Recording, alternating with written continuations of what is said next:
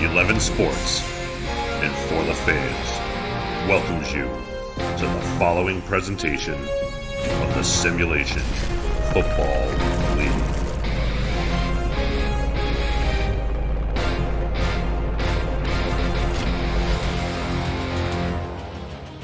Week 11 of the Simulation Football League season brings us to downtown Houston for a massive Monday night matchup of two mid-table teams. It's the high-flying offense of the Houston Hyenas against the top-tier defense of the St. Louis Gladiators, with the winner moving into pole position for one of the final playoff spots. And good evening, everyone. Welcome to Houston, Texas, alongside producer Cameron Irvine, our statisticians Robert Johnson and Jacob Clear, and my partner Mike Prota. I'm Tim Hackett. You're watching the Simulation Football League live on 11 Sports and For the Fans. Happy to have you with us here on this first game of our Monday Night Football doubleheader. The stakes are clear tonight, Mikey. In this matchup of two 5-5 teams, the winner stays in the playoffs with 1 week still to play, and the loser must win next week to have any chance. Yeah, buddy. Monday night SFL action, and we kick it off live from Houston, Texas. Home to Galveston Bay, Houston Space Center, and Queen Bay herself. But for tonight, yes, it's week 11, known for two 5-5 teams, the Gladiators and the Hyenas, to keep their postseason dreams alive. The Gladiators are trained to fight with their wide receiver weapons. They've traveled into the arena called Hyena Den Park, while the fans of the spotted cat-like carnivores have gathered to watch both hunters clash for the rare opportunity known as a playoff berth. For St. Louis, rushing defense and stopping Warren Murray is the key, and for Houston, picking off passes and stopping Javier Vasquez is their key. Will the aggressive Gladiators end the Hyenas' playoff run? Will the laughing Hyenas devour the Gladiators' playoff dreams? This is the battle for their playoff lives. SFL Nation, I'm ready to go. Let the show begin. 5-5 St. Louis, 5-5 Houston. What more could you want? Offense versus defense with one more game still to play after tonight. Houston will kick off. Ryan Owens on the return for the Gladiators, and we are underway from Houston. Owens on the return. Nice space out to the left side, and he gets out to the 30-yard line. Mike, this game is, to me at least, so close to call. The high-powered offense of the Houston Hyenas, anchored by Warren Murray, like you said, against the St. Louis defense that has been so good all season long at stopping both running games and passing games. You check out our team comparison so far. You get a really good look at it here. Houston's offense is great. St. Louis's defense is great. The key difference to me, though, is the takeaways. Houston gives up more yards than anybody else, but they also have one of the highest takeaway totals in the league. Cairo Martinez, the St. Louis feature back, picks up 2 on first down. And that's been St. Louis's issue on defense consistently. They don't allow a lot of points, don't allow all that many yards, but they don't take the ball away that much. Who wins in this battle, offense versus defense? It's going to be a tight one, we think. What an incredible matchup we have tonight. Two teams very evenly matched. As you mentioned, the St. Louis Gladiators, they're number 4 in the league. They only give up about 21 points per game, but Houston puts up 31 points per game, and that ranks them 3rd in the league. First pass of the day for Javier Vasquez, the rookie quarterback, and he links up with his tight end Phil Cause, who is one of the more used tight ends here in the SFL. He's a big red zone threat as well, with 5 touchdowns on the campaign. St. Louis with an early first down. The all-rookie-led offense, Javier Vasquez picks up the first down. This has been a storyline all season for St. Louis. Every starter on their offense is a rookie. They've got 8 total, and then you add in kicker Amy Shalizzi, 9 rookies that score points. Vasquez to throw, looking to Eagle Mondavi on the left seam, and it's knocked away. Second down. Tough pass. Vasquez threw it in a bunch of Houston Hyena defenders. Lucky that wasn't picked off, and Brady Clark knocks that one down. Commissioner and producer extraordinaire Cameron Irvine working hard every week, every day it seems like, adding new wrinkles into these SFL broadcasts. At the top of the screen, you get a look at the brand new score tracker with updated scores from across the week's action. Already 9 games make it in the books so far here in SFL Week 11. 2 more games still to go, counting tonight. On second down, Javier Vasquez, deep drop, has time, looks to the top of the screen, and the pass is caught right at the sticks for another St. Louis first down, and the Gladiator offense cooking here early. Incredible job by the offensive line to give Vasquez time to pick out his receiver. Zach Holdorf was the guy that made it all happen, and Vasquez puts it on the money. And Tito Moss was the guy who made the catch. The number 4 wide receiver here for St. Louis does not get a whole lot of action. Vasquez now with 2 split backs, Cairo Martinez and Bill Cherry, the fullback. Has time again, fires over the middle. Pass is caught again for another gain of 5 yards. Mike, this St. Louis offense has struggled all season long, like we've said. That pass caught by Ryan Owens, the kick returner. One of their biggest issues has been protecting Javier Vasquez. He's thrown a lot of picks, but he's also been sacked 33 times, third most in the league coming into today. Well, that's the key. If this offense wants to move the ball and hang on to it, they need to take possession, and it's going to be about protecting Vasquez in the pocket. Really good start for the offensive line here on this possession, at least, as they give to Cairo Martinez, and he picks up 2. Off and on season, rookie season for the tailback Martinez. Some boom games, some bust games. Recently for him, Mike, it's been a little bit more of the bust. He's averaging 3.8 yards per carry. Needs to get that up a little bit more. Last week, he had 18 carries for 30 yards. They certainly need more out of that from him tonight. First third down of the evening for St. Louis. Vasquez to the top of the screen. Wide open, first down. Phil Koss again makes his second catch for a first down of this drive already. Phil Koss, he's had a nice rookie season out of the tight end slot. His 26th reception on the year. Got 3 games with 1 or 0 catches on the season. Every time else, he has been very heavily involved. Like we said, 5 touchdowns total on the season. Tied for third among all tight ends coming into action this week. St. Louis moving the chains of this Gladiator offense, driving against the Houston defense early. Can they pick apart this Houston defense, which gives up more yards than anybody else? Martinez on the give, spins around and picks up 1. Let's introduce you to the rest of the St. Louis. Go ahead, Mike. Sorry. No, go ahead. My fault. I was jumping in too soon. I'm so excited about the game. I was ready to say Kai Cash with a big hit, but go ahead and take us through the lineup. Well, Kai Cash has been a huge piece of the puzzle for Houston last week, especially the nickelback by trade, the backup strong safety, if you will. He has been a beast in the defensive backfield for Houston. To give to Cairo Martinez, and he's blown up in the backfield for a loss of 3. Mike, this Houston front has struggled to get pressure all season long, and that time Wolf Justice picks up his first tackle for loss of the season here in Week 11. Talk about a beast. The Wolf gives justice to that play, and he gets his first TFL on the year. St. Louis's defense, meanwhile, has not struggled to get pressure on opposing quarterbacks. We'll tell you more about that as we go along. Early third down and 12 here for Vasquez. To the near side, has a man, but it's tipped away incomplete. Jacob Clear had the coverage, and he got his fingertips on it. Vasquez was going for Paul Delavu. Really nice play by the second-year cornerback out of Canberra, Australia. He gets his arm up, and if he didn't knock that one down, that was going for 6. I think this is a good matchup in this game, actually, Mike. Jacob Clear against Paul Delavu, second-year corner against rookie wide receiver. Like you just said, Delavu has been really solid for St. Louis this season. Clear has been solid as well, but he's their number 2 corner behind Everett Garrison. Maybe that is a matchup to exploit on both sides. Who can win that game might win the game. Who can win that matchup might win the game. You never know. Early field goal here for Amy Shalizzi from about 47 yards, and it is good officially from 46, and the rookie kicker from North Carolina continues her magic this season. No surprise there, Amy Shalizzi for the St. Louis Gladiators. That's all the offense that they had from her. It was her 5 field goals last week that gave them the victory. Yeah, good point as well. That's the second time, believe it or not, this season that St. Louis failed to score a touchdown, but last week they did score 5 field goals, all off the right foot of Amy Shalizzi. They were held out of the end zone entirely a couple of weeks prior to 14-0 loss, one of just a couple of shutouts that any team in the SFL has suffered. Great kickoff here from Shalizzi, and the aforementioned Kai Cash can only take a knee. 5 field goals needed last week. Amy Shalizzi delivers.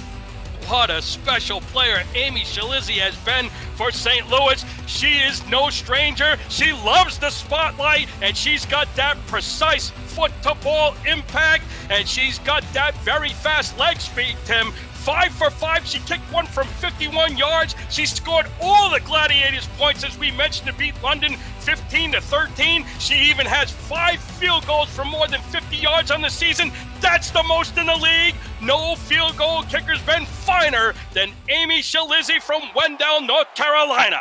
She's got that good mix of power and accuracy in just her rookie season. Now 19 of 20 on her kicks, and like you said, 5 kicks of better than 50 yards, the most in the league. That is a pretty impressive mix, especially for a rookie. Can she kick the Gladiators into the postseason? Kickers are people too, Tim, and this rookie has been clutch. 11 plays, 38 yards, ending up in that 46-yard field goal make by Amy Shalizzi, her 19th of the season. So Kentez Johnson and the Houston Hyena offense on the field for the first time. And on the first play from scrimmage, he links up with legendary wide receiver DR Sim for a gain of 9. DR Sim out of Houston, Texas. He makes a nice reception, and that picks up 9, as you said. Houston's going to look to put up their big-time point-scoring effort. They average 31 a game. We've got 3 real featured players on this offense. DR Sim has had a very slow season by his standards, but we know what he's capable of. Leroy Brown, the other wide receiver, has been excellent, and Warren Murray has been fantastic. The first give to Warren Murray, he picks up the first down, then he's blown up for his efforts at the end of the run by Drew Reilly. The key for St. Louis tonight, they must hold Houston to 100 run yards or less if they want a chance to win tonight. Fortunately for them, Warren Murray averages nearly 135 rushing yards per game, and if he does that over his next 2 weeks, he could set a personal record. That is certainly within the realm of possibility. He's just got to do it. First down and 10. Johnson, deep pass down the right seam. It's tipped away incomplete. Looking for Brian Horrell on a deep fly, and Joshua Dewar makes the play. Joshua Dewar makes a nice play. Kentez, I thought, had his receiver open. He had the separation, but Johnson didn't give it enough air, and it fell short, knocked down, incomplete. Warren Murray, as we've said, has been excellent so far this season. Kentez Johnson, really not so much. It could be one of the weakest seasons of his career now. The fifth-year man, all seasons here with Houston, originally from Buffalo. This could be one of his weakest seasons, but a nice final 2 games of the regular season would do a lot to remedy that. On second down to the top of the formation, that's caught again for a quick gain of about 4 by Brian Horrell.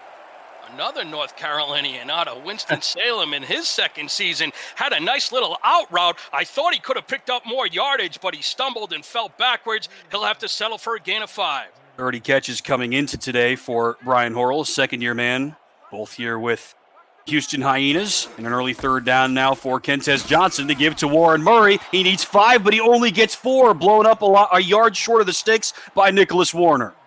Nice effort by Warren Murray. Thought he was free for the first down, but Nicholas Pop Warner comes through and stops him 1 yard short of the marker. You see how he is. That's an appropriate nickname is what I'm trying to say for Nicholas Warner. He has been excellent so far this season, both on the field and off, as head coach Andrew O'Reilly told you this week, Mike and Proda, in the good early stop on the first third down opportunity for the Hyenas. So Brian Adams will come in to punt. Ryan Owens on the return, has some space here, gets 1 key block, a spin move for Ryan Owens, and a solid return. St. Louis takes back over, up 3-0 on the road in a pivotal game for both sides. You're watching the Simulation Football League live on 11 Sports and for the fans.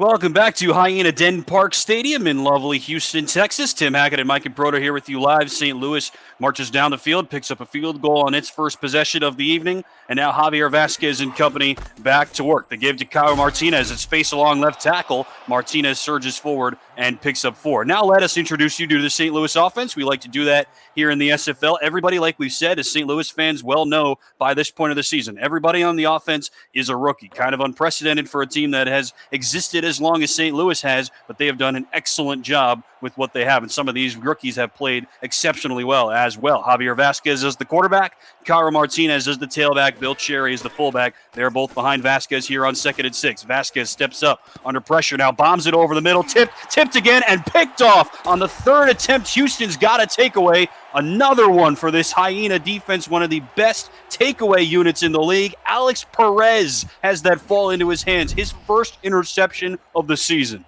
Alex Perez right there on the tip drill from Laredo, Texas, comes up with a big play for Houston. That's their 29th takeaway on the year for the Hyena secondary. Jacob Clear had the first tip at it, and then it falls into Alex Perez's hands. And so much for the offensive introductions, but we will get another chance at it. 3rd time's the charm, as they say. And so Kentez Johnson, after that punt on their first possession, will take over from across midfield. Here goes Warren Murray running right side, and he runs right into the thick of the St. Louis defense. Rodney Panani on the stop. Rodney Panani, he's in his 5th season, his first with St. Louis. He makes a nice head on Warren Murray. A very veteran linebacking trio here for St. Louis. Like you said, Panani in his first season with the Gladiators, but 5th overall. And Nicholas Warner, who we highlighted on the last drive, first season with St. Louis, but 6th overall. And Mark Gronick, the second-year man, rounds out that trio. Kentez Johnson in the deep gun with 2 tailbacks. Looking this way, pass is caught by DR Sim, and his big first quarter continues, and he muscles his way out to the 31. A nice gain for the veteran. DR Sim, he shows you why he's the best wide receiver in SFL history. He comes up with his 859th career reception. He's got his 2nd catch of this evening already. Like we said, it's been a real off year for DR Sim, and you calling him the best wide receiver in SFL history is not even close to a stretch. It is an absolute fact, no question about it, but he is slowed down, and that has allowed Leroy Brown to move into that workhorse role, and he has thrived in it. First down, over the middle, pass is caught right at the first down line. Another nice link up from Kentez Johnson, and that's caught by number 85 for Houston. That's Dax Lewis, their tight end. Yeah, the tight end from Detroit. He had 4 catches for 33 yards and had the TD reception last week in Carolina. Roughly the same catch numbers as his opposite, Phil Koss. 26 catches coming in, but a lot fewer yards and only 2 touchdowns. He's not really used as much as Leroy Brown and DR Sim are for Kentez Johnson. First down from the fringes of the red zone, over the middle, looking for Leroy Brown, and it's tipped away incomplete right into the waiting arms of Colin Douglas. That is a risky place to throw the ball. Colin Douglas, the strong safety out of Michigan, playing center field. He was lucky to be right there, and he knocked that one away. They were looking to put up 6, and Douglas knocked it away. Really no overstatement to say that St. Louis has one of the best defensive backfield duos in league history, with Colin Douglas and Freeman Peltier. Mix in a solid Geralt Winkler in his rookie season, and that is a really good 1-2-3. On 2nd down, they'll check it out to Warren Murray. A couple of spin moves for Murray, and he turns a 2-yard loss into a 2-yard gain. Rallying tackle made by a trio of Gladiators, head-manned by Freeman Peltier, who you see there, 21 in those silver. Yeah, not really sure. Didn't have a lot to look at downfield. He dumped it off to Murray. Murray out of the backfield made something out of nothing. He doesn't catch a lot of passes, Tim. Only his 22nd reception on the year, but he finds a way to pick up 2.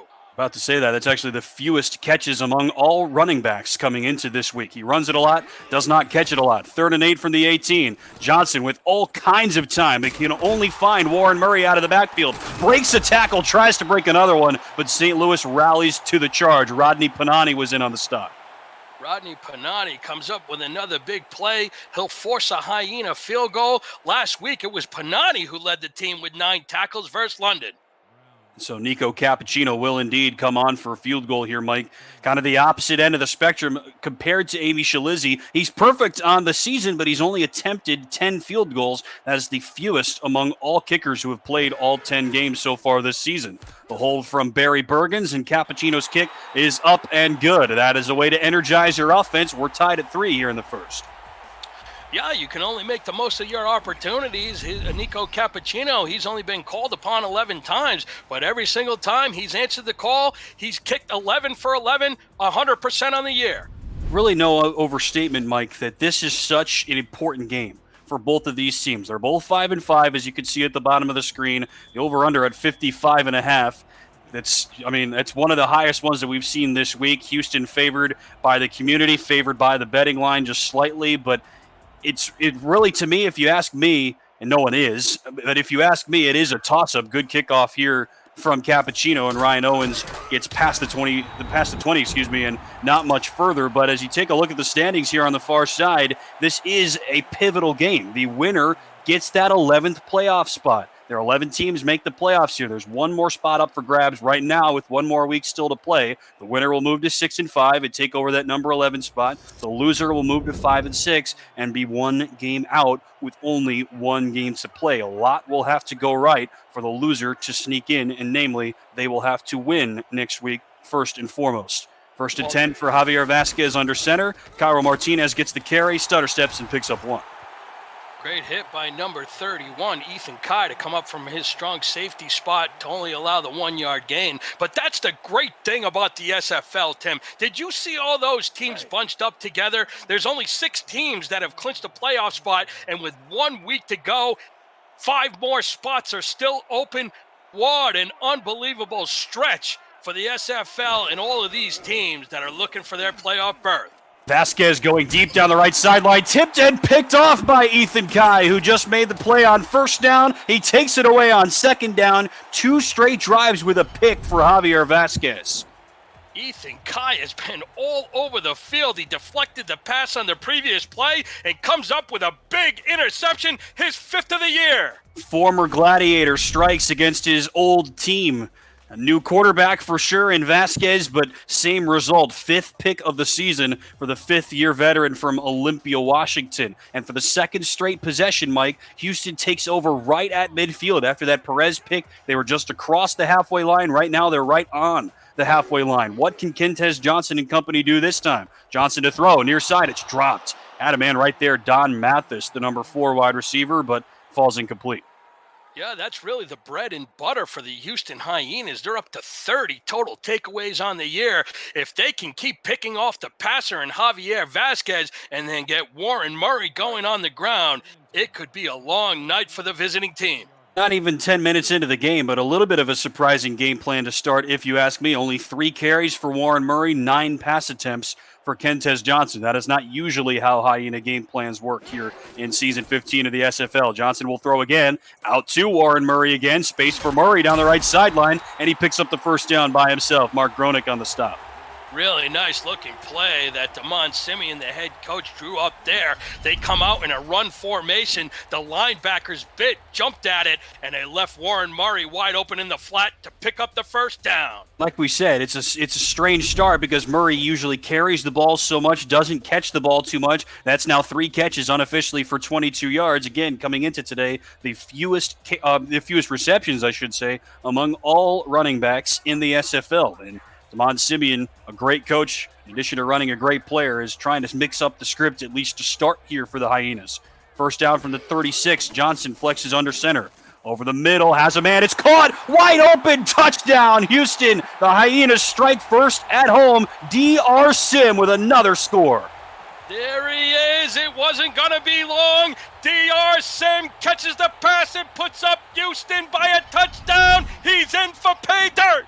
22nd touchdown thrown by Kentez Johnson, top 5 in the league, and 6th touchdown catch of the season for DR Sim, the all-time leader in SFL history in catches, receiving yards, and receiving touchdowns. The living legend, the future Hall of Famer, has another accolade to his ledger.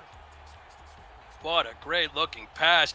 DR Sim went out the skinny post down the middle of the field. All Johnson needed to do was wait for him to break free, and he nailed him with a perfect touchdown pass. Cappuccino on for the PAT, and it's good. And for all that talk that we had on the last drive about this great St. Louis backfield, Freeman Peltier, Colin Douglas, and Geralt Winkler, none of them were anywhere to be found. It must be said on that drive, smoked by the legend DR Sim, and the Hyenas have the first lead.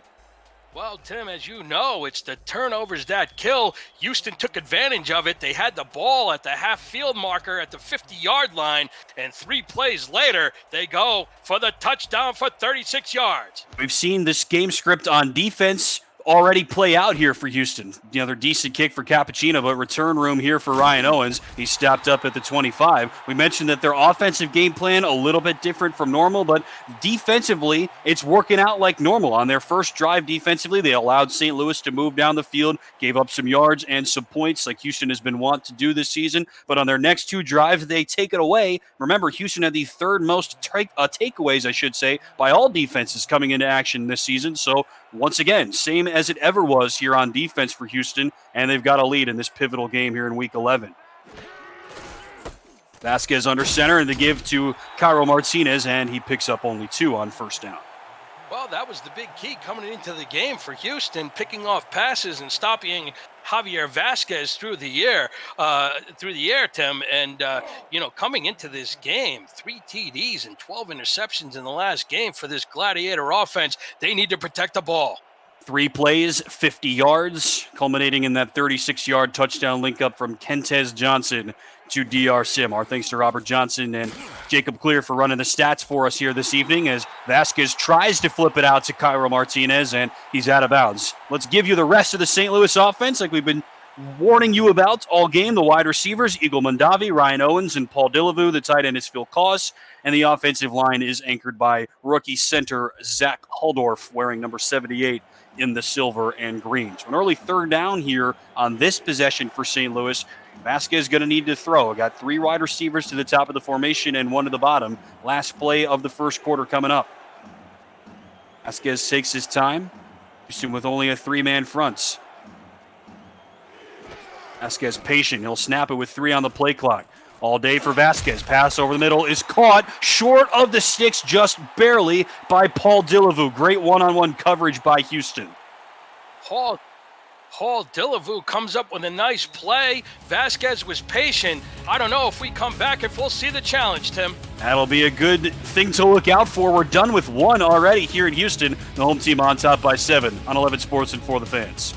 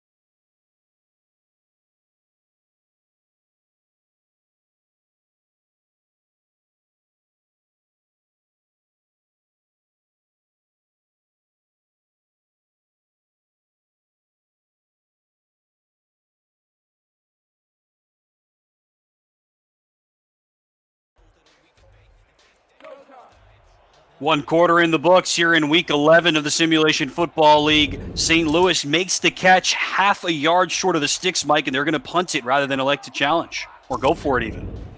Very interesting non-decision by head coach Andrew O'Reilly. I figured, after the 2 interceptions that Vasquez threw, all the momentum has been with the home team. Might be a good opportunity being so close to the marker, but maybe his coaching staff upstairs saw something that we didn't.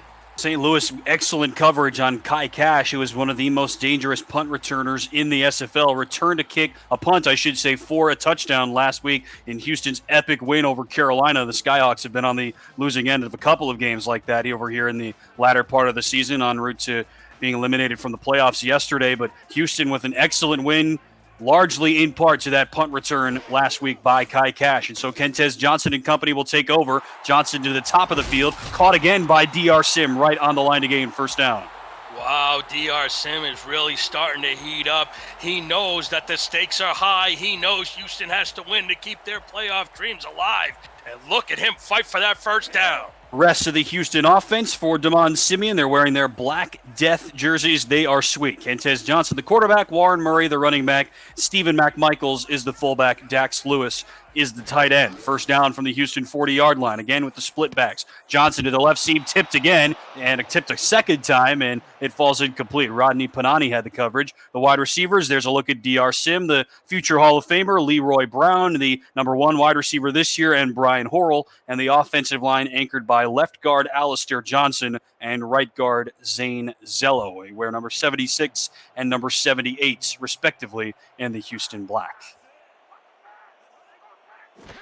St. Louis press playing off, and they get a man to jump. Johnson throws back behind his body. That was an acrobatic play. Warren Murray somehow makes the catch, but I think we could spot that one from up here, Mike. That looks like they got somebody to jump.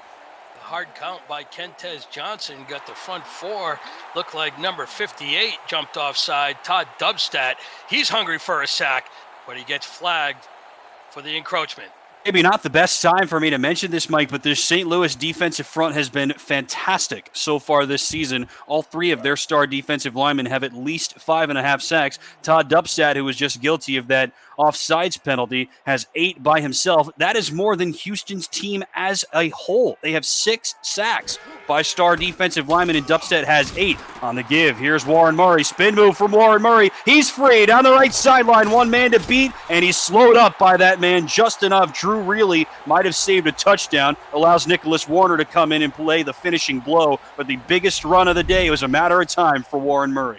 Watch out for Warren Murray, the Warhammer in the backfield for the Hyenas. Gets 2 great blocks from Alistair Johnson, and Zane Zello makes a spin move, breaks a tackle, and takes it for a big gain. Gain of 28. In fact, by far the longest run of the ballgame for Warren Murray, who came into this week 8th in the league in carries, 2nd in the league in total yards, 6th in the league in touchdowns, and 2nd in yards per carry. Johnson to throw, has a man wide open, touchdown. Johnson to DR Sim for the 2nd time in a couple of minutes, and Houston extends the lead. Terrific drive, terrific pass, and terrific touchdown. Kentez to DR Sim for the 2nd of the night. What a link up this has been. DR Sim working back to the top of the formation. We've mentioned it's been a slow season for him so far, but again, Houston flipping the script so far in this game. 4 catches, 2 touchdowns for DR Sim, no catches on maybe 1 target for Leroy Brown. Coming into tonight, DR Sim only had 49 catches and 5 total touchdowns. It's been Warren Murray over the last 2 weeks that has been dominant, but tonight the doctor has checked in. Cappuccino on for the PAT, and he knocks it through. He's 3 of 3 on his kicks early on, and it's now 17-3 Houston. Warren Murray got him down there, Mike. He has been sensational the last 2 weeks. In his 6th season out of Boston, Massachusetts, consecutive weeks with over 200-plus yards. He's got 4 TDs over that span. He's the superstar in the backfield. And tonight, it's more how DR Sim goes, but usually it's how Warren Murray goes. And an interesting fact about Murray, when he's held under 100 yards, the Hyenas have trouble scoring. But when he rushes for over 100, guess what? Warren Murray scores. Murray has been marvelous. Last week, Andy Hamilton on the broadcast said, forget Warren Murray, forget War and Peace, here goes Warren Murray. I love that call, but they say all's fair in love and war, but nothing's fair in Warren Murray. He is just that good. It's all about the magic, the Murray magic. He's got 11 touchdowns on the season, as we say. He gets him down there with that 28-yard run, and on the next play, DR Sim punches it in from 18 yards out. That's his 5th catch of the ball game. I misspoke earlier. Ryan Owens has been very busy here in this first half. He gets out to the 25. 5 plays, 65 yards, 18-yard touchdown strike from Kentez Johnson to DR Sim, their 2nd link-up of the game. 17 unanswered points now for the home team, Mike. Suddenly, St. Louis has to play out of a hole. They've really woken up, and this away team better get something going here. The Houston Hyenas hometown crowd, these fans are rabid.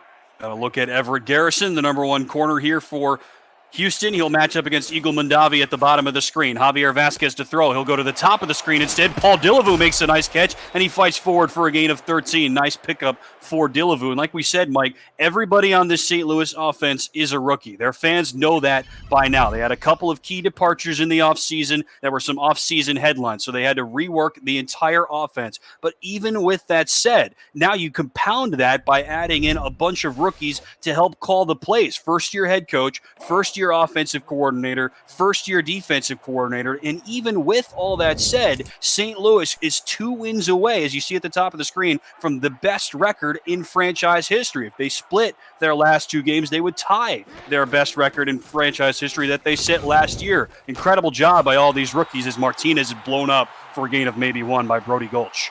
Nice tackle by Brody Gulch to read that pass into the flat. Makes a big-time hit on Cairo Martinez. But to your point, Tim, who says it's all about experience, right? I mean, this all rookie-led offense for the Gladiators has been fearless, and I love the uncertainty because it's led to so much excitement. Just a great job by Andrew O'Reilly mixing in those 2 rookie coordinators. Javier Vasquez is the offensive coordinator. He will check it down over the middle to Phil Calls on a shallow cross. He picks up a couple. Perez on the stop. Like we said, Mike, you and I were part of the draft coverage this offseason. We were both thrilled to do that. We were wondering where St. Louis would go at quarterback. We knew that they needed one after Johnny Pickler made his big move to Louisiana. That has worked out well for him, no question about that. St. Louis needed a quarterback. There were a couple coming out of the draft. They settled on Javier Vasquez, and that has also worked out for them, I think it's fair to say. 3rd and 6 for Vasquez. That was a risky pass, though, and it's batted down incomplete by Alonzo Hamilton, the backup middle linebacker, and it's 4th down. Alonzo Hamilton and Rodney Panani collapsed in the middle of the field to knock that pass down.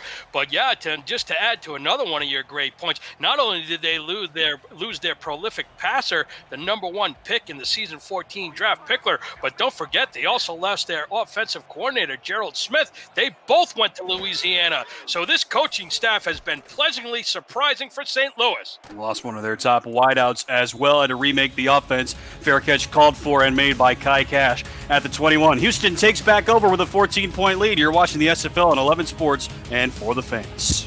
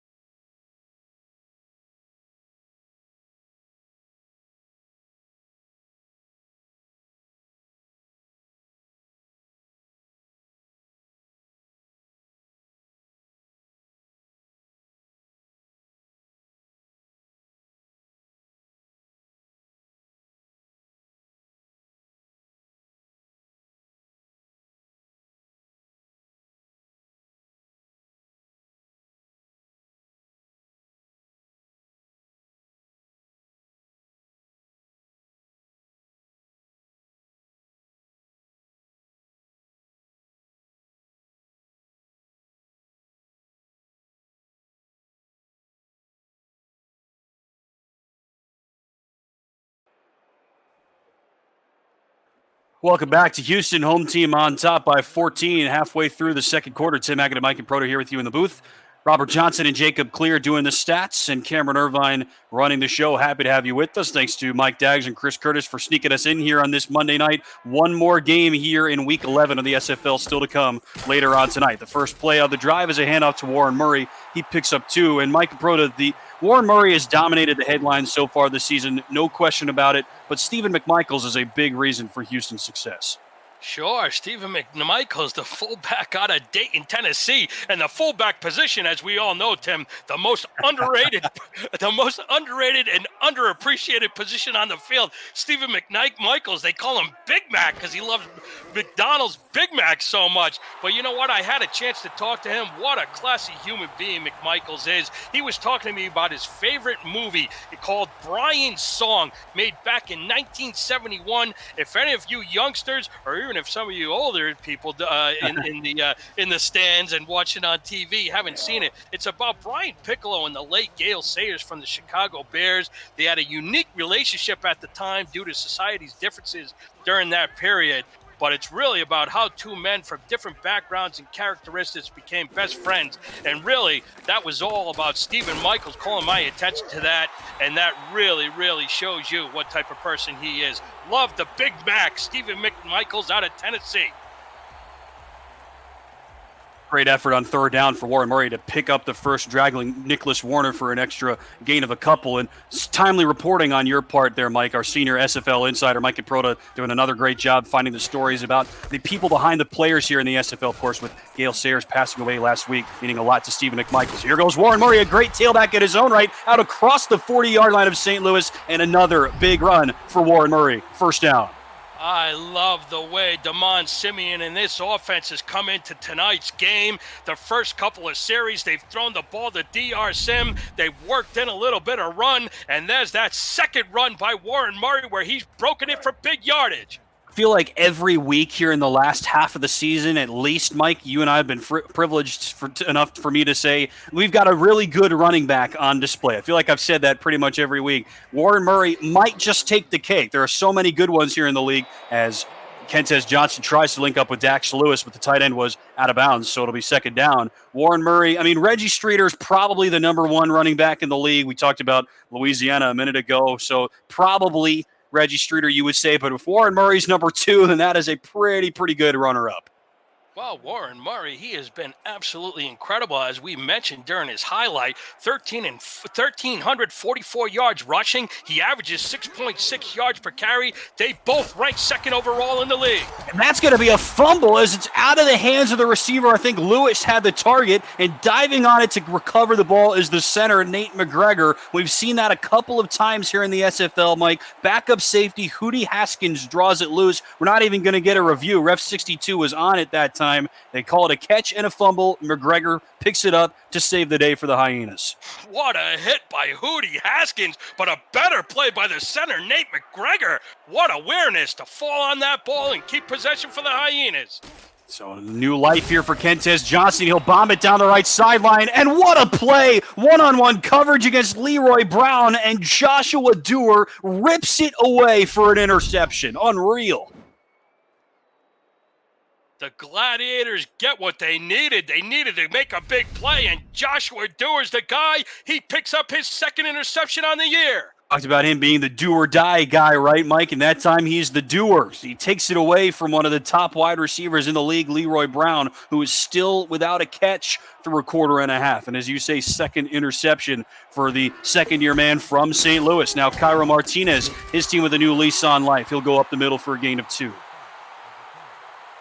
Cairo Martinez needs to kick into the second gear. He's had 8 carries for only 11 yards. That's an average of 1.4 yard per carry. He needs to get it going. On the flip side, Warren Murray has had 7 carries for 62 yards, which is an average of just shy of 9 yards per carry. All unofficial totals, of course, but Robert Johnson and Jacob Clear have been doing an excellent job. He's not making us sound smarter than we really are. Vasquez going to bomb it down the right seam. That was a risky pass. One-on-one, Jacob Clear against the protege, Paul Dillevue, incomplete. Third down.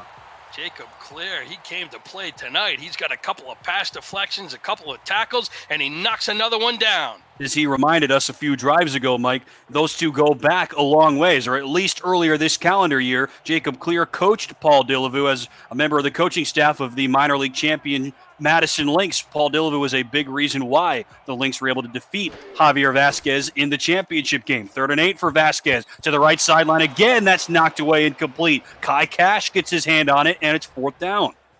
Can see why this secondary has so many takeaways tonight. They're flying all over the stadium, knocking down passes, picking off passes, and Kai Cash Knocks another pass incomplete.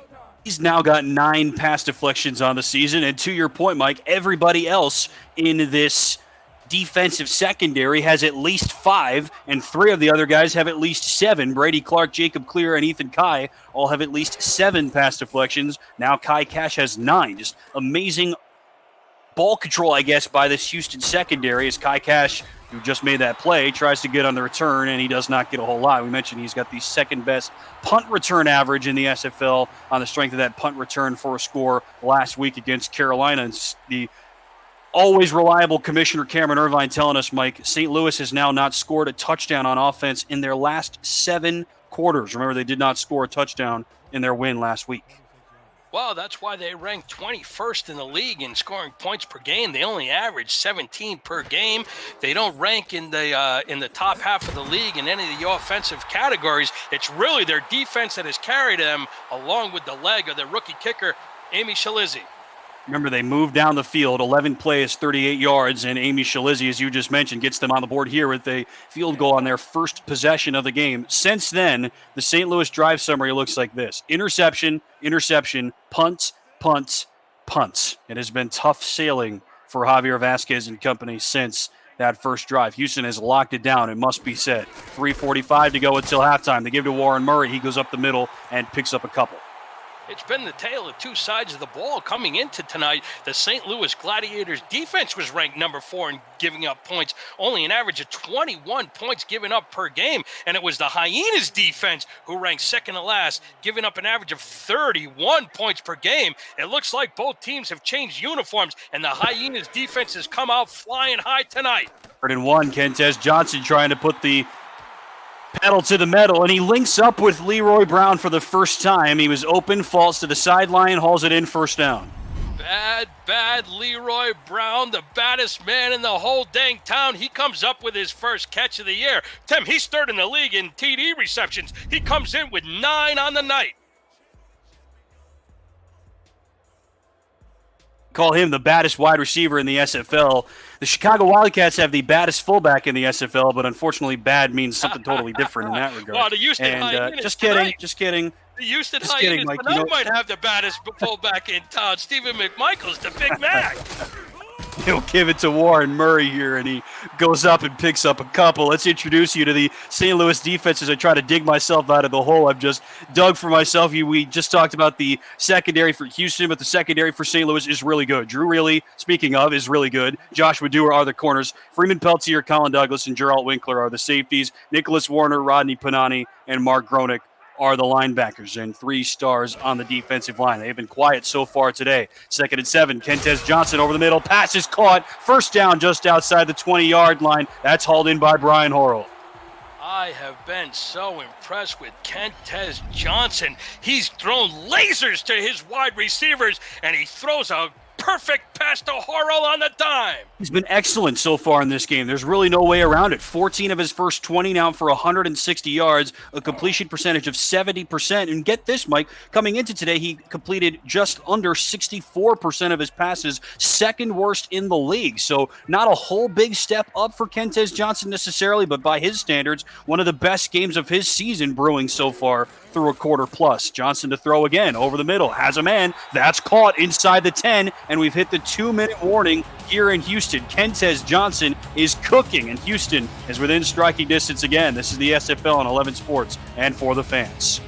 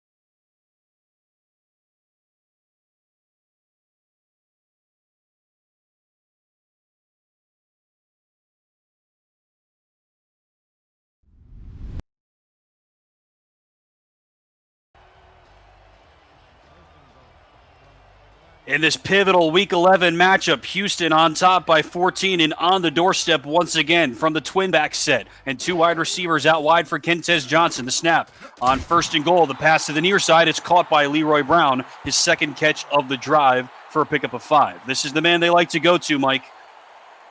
Yeah, Leroy Brown, he's the guy that scores the TDs. He's leading the team. We mentioned he comes in with 9 total touchdowns tonight. But look at his targets. He's had 82 targets. That ranks in the top 10. He's got over 850 yards. That ranks in the top 10. He averages about 14 yards a carry. Watch out for Leroy Brown if Kentez drops back again. Two running backs now, two wide receivers to the bottom of the screen, and Johnson under center. They will give to Warren Murray. Tries to crack outside, and the St. Louis defense is up to the task. Murray is stopped at the line of scrimmage. Great job by that St. Louis defensive line. Who was that? Number 58, Todd Dubstat, and he picks up another TFL. He came into tonight, 16 tackles for losses. That's the 5th most in the SFL. That'll let me introduce you to the defensive line. Todd Dubstat, Igor Barbetsov, and Tony Roberto have been excellent so far this season. 3rd and goal from just inside the 5. They give to Warren Murray. Tries to crack outside, and the defensive line is there again. Dubstat is there. Nicholas Warner is there. His 7th tackle for loss of the season. A really good mark for a linebacker, and St. Louis stops Houston on the doorstep. Big time goal line stand by this Gladiator defense. Murray was looking for vacancy, and they kicked Murray out. Yeah, what a stop by this St. Louis defense. Houston has been cooking here over the last quarter plus. Now St. Louis, when they needed their defense the most, they make a goal line, near 2 goal line stand anchored by that strong defensive line. Nico Cappuccino will take his time. Play clock now under 5. The snap and the kick from Cappuccino is up and good from 24. So Cappuccino now 2 of 2. He's now 12 of 12 on the season. Mike trying to boost those numbers up down the stretch here. Yeah, for sure. Nico Cappuccino has done a nice job. The Hyenas, they come away with 3. I know Damon Simeon and company would have liked to get it into the end zone, but they extended to 3 scores, and Houston will be fine just perfectly right here before the half with 44 seconds left to go. Houston extends its lead. St. Louis does have all 3 timeouts and 44 seconds with which to work. Ryan Owens on the return. He will hustle back up to the middle of the field, and a spin move for Ryan Owens, and he gets out to the 33. Download Crowd Play, our new partner for 2020, and play the game about the game later on tonight at 9 p.m. Eastern. Follow the action and answer questions for a chance to win a share of the $1,000 prize pool. You can start racking up points with the answer to this question. This will be the 7th matchup between Denver and Las Vegas coming up later tonight. Which team leads the series in wins? Mike Caproto will give you his answer after this play from Javier Vasquez. He'll drop back. 36 seconds left until halftime. To the top of the formation. That's caught. No, it's not caught. Dillavu was right there, but he could not keep his feet in bounds. 2nd down. Well, the correct answer to that question, Tim, would be it's a tie. Not the one around my neck, but the standing, but the wins and losses that they've played against each other in the series. The 7th matchup. Remember to answer tie tonight during Vice Wars 7 to add 25 points to your score. Right. Just picture Mike and Proda in a tie later on tonight. Forget it. And you will remember it, no question about it. If I ever meet that guy who invented the tie, Mr. Hackett, he's going to have big problems with me. He'll be hogtied, I guess. Over the middle passes. Caught somehow. What a link up. Javier Vasquez over the middle out towards midfield. And that's what the Gladiator fans have been waiting for all night long. Deep middle passes to his favorite receiver, Paul Dillavu. Finally, they get these wide receivers up and running. Just the 9th completion of the ball game for Javier Vasquez, and that one does indeed go to Paul Dillavu. His 3rd catch. Eagle Mondavi still without a grab tonight for St. Louis. From just over midfield, the Gladiators use their first timeout with 30 seconds left. Vasquez, risky pass, tried to dump it off short, and it's caught for a short gain of 3 by number 46, Charlie Northrup, one of the backup tight ends. How did Mr. Northrup hang on to that? The quarterback, Everett Garrison, shot out of a cannon out of Virginia Beach, nailed him. Let's quickly tell you about the Houston defense before we run out of time in the first half. Everett Garrison and Jacob Clear are the corners. Brady Clark, Ethan Kai, and Kai Cash are the safeties. Brody Gulch and Alex Perez are the 2 linebackers. Pair of outside linebackers, a rare makeup here for Houston. 2nd and 7 from the 42. Vasquez deep drop, bullets it to the right side. That's batted away by Alonzo Hamilton. He's not one of those 2-star linebackers, Mike. but he's gotten his hands on a couple of passes today. Yeah, as the clock ticks down, Houston's defense knows that the St. Louis Gladiators offense is going to pass. They come in the dime defense with 6 DBs, although 52 is a linebacker. So maybe they were in the nickel. I didn't quite see, but nice play to knock that away either way. Defensive line here for Houston: Wolf Justice and Chris Joseph on the ends, Tina Begin and Mike Baker on the insides. 3 rookies and a sophomore, Chris Joseph, the most senior of the foursome. 3rd and 7 for Vasquez. He'll sling it down the right seam. What a catch! What a touch on that pass as well by Vasquez. His best pass of the day. St. Louis inside the red zone. Wow, great looking pass to Ryan Owens out of Boston, Massachusetts. He's come up with some big pass-catching plays, and Vasquez lofts it up there, gives Owens enough time to run underneath it, and he laid out and made a beautiful play. They're definitely in field goal range. He has been the big play guy at times so far this season, Mike, to your point. I mean, he was massive in Week 2 against Mexico City. That remains St. Louis's biggest win of the season. They put up better than 40 points against an Aztecs team that is going to go to the playoffs, confirmed after their win yesterday against Queen City that you can see at the top of the screen right now. But more on that later, because St. Louis is going to send on Shalizzi with 17 seconds left in the half. Wow, really questionable decision here. Maybe they feel like with no timeouts, they might get stopped before they get into the end zone and have the clock run out on them. But I think they could have at least run one more play. Yeah, this is kind of common here in this league, right? They'll cut their losses and try to get the points as soon as they can. And all's well that ends well, I guess, for St. Louis. They are still able to convert. Shalizzi hits from 36 yards out, and now it's a 2-score game again. Well, I like the decision that it gives the Gladiators a 2-score disadvantage, so at least they cut into the lead there. I would have liked for them to have at least taken one shot into the end zone. They definitely looked like they would have had at least one crack at it for sure. Now does Houston have time? Great kickoff from Shalizzi. Cash will field from a couple of yards in his own end zone, and he gets out to the 20. Maybe that answers the question, Mike. A better return, maybe they would have had a shot, but not even Kai Cash was going to be able to do something with that. No, good coverage, good kickoff. They'll have the Hyenas come out. I don't really expect to see too much with a 14-point lead, but in the SFL, you never know.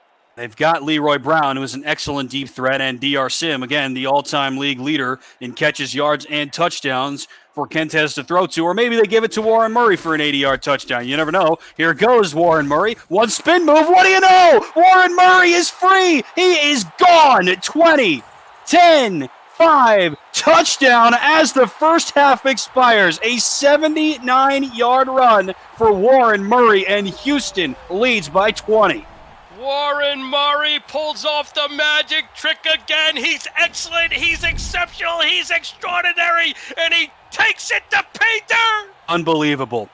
Yeah, that's I can't think of anything else to say, Mike. What an opportunity for Houston. They extend this lead even further. St. Louis thought they might have started to get Uncle Mo back on speed dial. Instead, he says, call waiting. I'm on the phone with Houston still, and they've got a 20-point lead, maybe 21 going to break. Unbelievable. A huge run by Warren Murray. He's had 2 back-to-back weeks with over 200 yards, and here in the second half with that run, he's up to 144. Appuccino hits the PAT, and Warren Murray with a buzzer beater here in Houston at the end of the first half. His first touchdown of the day, 12th of the season, top 6 in the league. What a way to end the first half. And Houston leads by 21 in this pivotal Week 11 tilt. Wow, what a way to end the half for the Houston Hyenas. Everybody's laughing in Houston, Texas. If you're a Hyena fan, and look at those numbers in the first half, doesn't look like a lot of yards on the passing end of things, but Kentez Johnson has been absolutely fantastic. He's thrown 2 TD strikes to the doctor, DR Sim, and at the end of the half, what a way to pour salt in the wound and really open it up on that big-time run by Warren Murray. Yeah, just an unbelievable way to end the half for Houston. Warren Murray takes it 79 yards for the score, one of the longest runs of his season. And get this, Mike, I've been tracking this for Warren Murray. Like we said earlier, he is on the cusp of setting a new career high. He comes into today 1,344 rushing yards. His career high is 1,592, 8 yards short of 1,600, if that helps. Those are just all a bunch of numbers, but here's one more for you. If he tallies 250 rushing yards in his last 2 games this season, Warren Murray will set a new career high in career rushing yards in a single season. He is on his way. He averages 135, needs 250 over his last 2, and like you say, through one half of play, he's got 145. It could be a career season for him. Absolutely outstanding. Warren Murray has been remarkable. 2 weeks ago, he went over 200 yards. This past week, he had 28 carries for 269 yards. He averaged about 9.5, a little over 9.5 per carry. He had 2 TDs in the 44-37 win at Carolina. And once again tonight, 12 carries unofficially for 144 yards. That's 12 yards per carry. That's just, how many times have I said unbelievable in the last 3 minutes? But, what more can you use? What other words could you use to describe what Warren Murray has done this season? That stat line last week that you mentioned, they're all career highs, all season highs, 77-yard run to help anchor that, also a season high. So now he's got a new season high with a 79-yard run on the last play of the half. And frankly, if you're St. Louis, how do you let that happen? You know they're going to give it to Warren Murray. At least you think on the last play of the game, on the last play of the half, rather, and he goes all the way. Well, that's what happens when you got an all-star fullback like Stephen McMichael's leading the way. 10 seconds left to go. They just kicked a field goal. They thought, like I did, that Houston was going to kneel down with the big-time lead going into the half. But then the element of surprise, as we mentioned, and you called it, Mr. Hackett, Warren Murray with a 78-yard TD run. There it is right now, the play of the first half as it stands right now. Look at the top of the screen. We are 1 hour from the crowd play game of the week to round out Week 11 here in the SFL. Only one more week of the regular season still to come, starting off next Saturday, of course, but later on tonight, 9 p.m., 8 Central, Denver at Las Vegas, Vice Wars Chapter 7, Round 2 this season. Denver won earlier this season back in Week 1. That was a killer game, and Las Vegas is going to need to win and break that tie that Mike and Proda mentioned earlier in this game to stay alive in the playoff hunt. Denver quite probably the best team in the SFL, at least on paper, to this point in the season. Can Las Vegas spring an upset? Find out next at 9, 8 Central. Houston's going to get the ball to start off here in the second half, and Kai Cash will take a knee. This game plan by Damon Simeon has really come into play, and I know when I spoke to him this week, he told me the mindset going into the game tonight was to win every area of the game. Time of possession, third down percentage. They have to win the turnover battle, which they've done so far. He didn't want St. Louis to win a single statistic this week, and so far, he's planned to perfection. I think so far, if that's the plan, mission accomplished through one half for Houston. On first down of the second half, to the near side, that pass is caught by Corey Barkley, the backup tight end here for Houston, and he picks up 8. Everybody getting involved. Yeah, that's what happens. Everybody's starting to feel it. Everybody's happy. Everybody's finding success. And Kentez Johnson has been unbelievable. He's been excellent, and his numbers so far this year have not been very good on the balance of things. Honestly, he and Javier Vasquez have very similar stat lines to this point of the season. 2nd and 2. Here goes Warren Murray. Murray breaks a tackle, breaks through another tackle, and he's off to the races again. I am dead serious. Here goes Warren Murray to the house. One play and halftime separates 2 touchdown runs of better than 70 yards for Warren Murray, and Houston extends the lead even further. Warren Murray has exploded once again up the middle for a big-time run, and he's put Houston up 34, pinning the point to 6. And St. Louis has had no answer for him here. And Mike, what did you say? 200 yards in 2 straight games, make it 3. That was a touchdown run of 70-plus yards. He's now over 215 rushing yards in this game, now on his first carry of the second half. Unbelievable. Glorious run by Warren Murray. What can you say about this speedster except for watch out for him when he gets in the All-Star game because he's going to get a lot of work. Cappuccino on for the PAT, and he knocks it through with ease. I mentioned that career stat line, Mike. I had a feeling if this game was close, St. Louis and Houston going back and forth like the Hyenas did with the Skyhawks last week. Warren Murray could threaten to set a new career high today. So far, St. Louis has not been able to keep pace, but Warren Murray is close to setting that new career high. Over 200 rushing yards now in this game, about 215 unofficially. Remember, he needs 250 total in the last 2 weeks to set a new career high. He is on the cusp. We've just started the second half. Ryan Owens out to the 26. Can St. Louis find something here in their first possession of the second half to stop the bleeding somehow? Well, we're really going to need to see what Javier Vasquez and crew have in their arsenal, because they're going to have to start coming out and start throwing it deep and striking quick. That has been an issue at times so far this season for Javier Vasquez. Like we said, their two biggest issues on offense. Vasquez throws a lot of picks and they give up a lot of sacks. Cannot afford anything here in this second half. Vasquez will throw deep right on cue, Mike Caprota, and that is a nice link up out across midfield. Javier Vasquez links up with Paul Delavu. Paul Delavu makes a nice catch. He just ran out straight on the fade. Speed kills. Vasquez puts it on the money. And if St. Louis has any hopes and dreams of making it back into this ball game, they're going to need to get a few more passes that look like that. Delavu has been really solid so far in this game. I think that's now his fifth catch on the ball game. But where's Eagle? He's been grounded so far. Eagle Mondavi with no catches.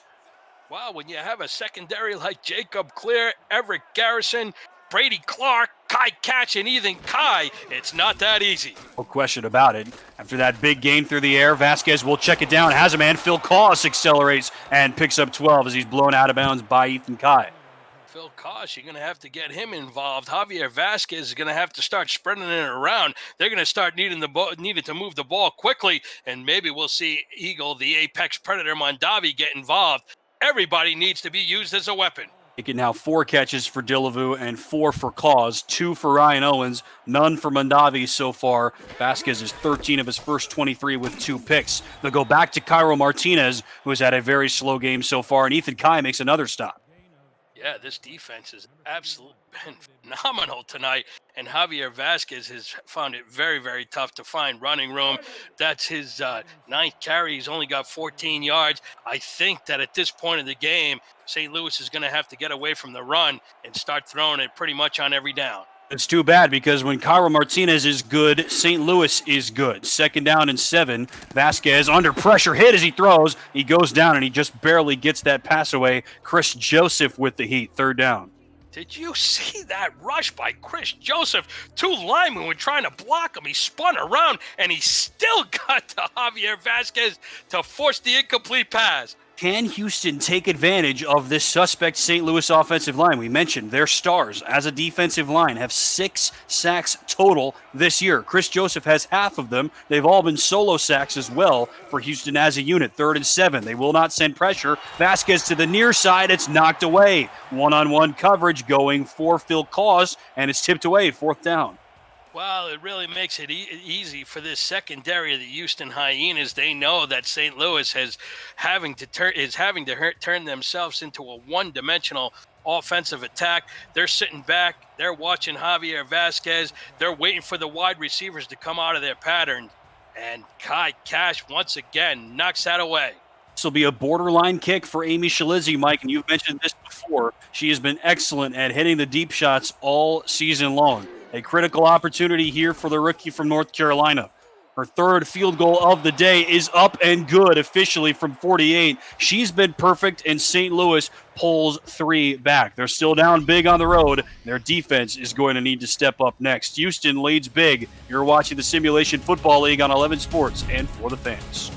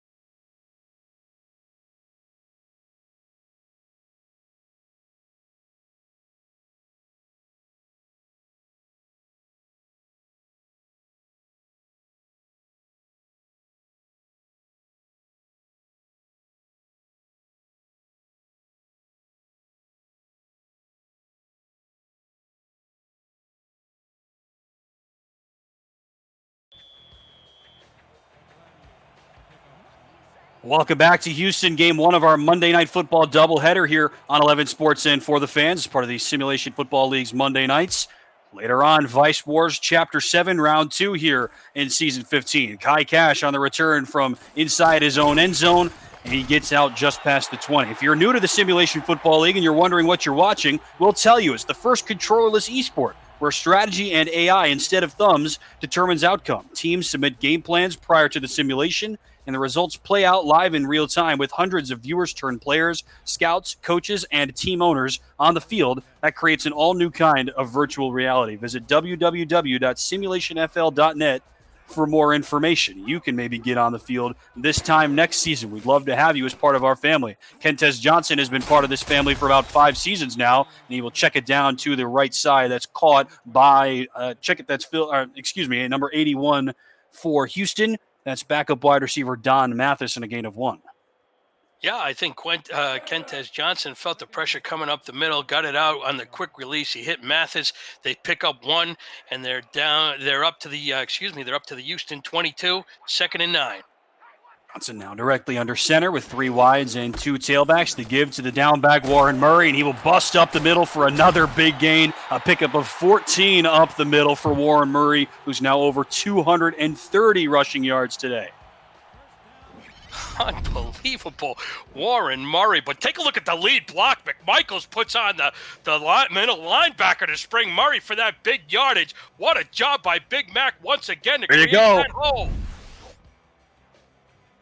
You were singing his praises all day, Mike, and that time he comes good for you. What a block that was to spring that big gain for Murray. Absolutely. Murray's not foolish. He knows where his bread and butter goes, and he follows his blocking like a pro. And he'll do it again here. The pulling guard, Zane Zello. You see him there, 76. Or check it, that's Alistair Johnson. My apologies. 76 in the black, cracked out from the left guard spot, along with McMichaels, the fullback, and Murray picks up 5. What's wrong with Murray? He only picked up 5 yards? You're right. His last 3 carries prior to that, 13 yards, 71 yards, and 79 yards prior to that. That is impressive. 2nd and 5. Johnson to the near sideline, has a man wide open. Pass is caught by Leroy Brown, but he could not stay in bounds. That's still the biggest play of the game for Leroy. But he can't turn it into an even bigger gain. Yeah, Leroy Brown, he spun around, made a beautiful catch. If he had just stayed in bounds, that would have gone for another 6 points. And Kentez Johnson's putting on a clinic. Kentez Johnson, unless we overlook him, now over 200 passing yards, completing about 77% of his passes. And again, coming into today, he completed less than 64% of his passes, which was second worst in the SFL. On first down, they give to Warren Murray. He'll stretch it out left side. Big gain for Warren Murray. That's more like it, right, Mike? All the way down to the 22. Stop by Dewar. Warren Murray, if this St. Louis Gladiator team isn't careful, this is only the 3rd quarter. He may get over 300 yards. He is close to a new season high, and there it is, a new season high unofficially in rushing yards for Warren Murray, who is over 250 rushing yards today. He needed 249 to set a new career mark for rushing yards in a season, and he is close to it right now, if not officially. We'll monitor it. First down now from the 22.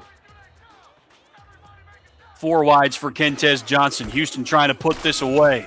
Murray on the give, cracks outside and picks up a couple. Nice stop that time by Mark Gronick. Mark Gronick, we featured him a few weeks back. Remember that, Tim? His nickname was McLovin, and McLovin made a nice play to stop Murray for only 2 yards. Something else we talked about last time we saw St. Louis in the middle of the season, Mike, is that their defense was on an absolute tear. He did not allow a touchdown for 2 straight weeks, and so far now it's a complete flip of the script as Murray gets a catch and picks up 3 out of the backfield. Flip the script now. Their defense has struggled today, no question. You can see that just from looking at the score, but their offense now has not scored a touchdown in a game and a half. That is a troubling sight down the stretch here for the Gladiators.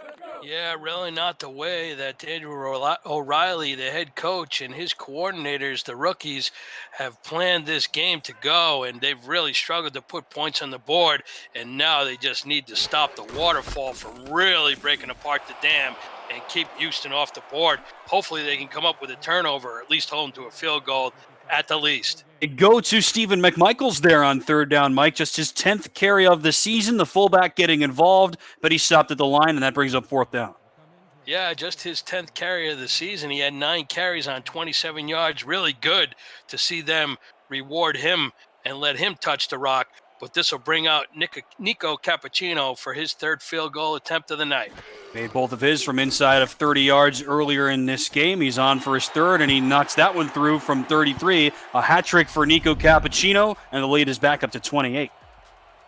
Yeah, just pouring more salt into the wound. Cappuccino extends the lead, and St. Louis really needs to stay together. They need to come out firing away. It's not over, but this is a pretty steep hill to climb.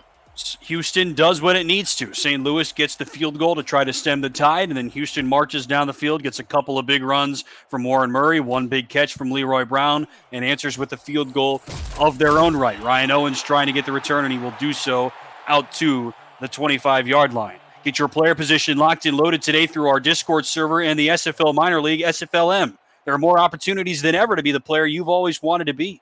Join the Discord community through www.simulationfl.net. The second season of the SFL Minor League starts Friday, October 9th. Contact Deputy Commissioner Andrew Rostelli on Discord for more information. All of these St. Louis offensive stars, like we said, Mike, have come out of the minor leagues. You and I got to see a lot of them in the minors, and it's awesome to see them make an impact here in the major league ranks. That is Martinez on the give, and he stopped at the line by Alonzo Hamilton, who's had a big night. Yeah, these linebackers for the Houston Hyenas have been absolutely fantastic.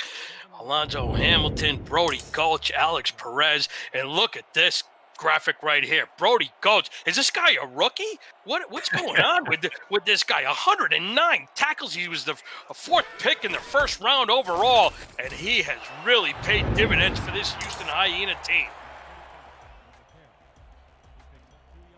This offseason, you got to look at Brody Gulch there on your screen, number 54 in the Black Death Houston jerseys. There were rumors, Mike, that he would go 1st overall in the draft.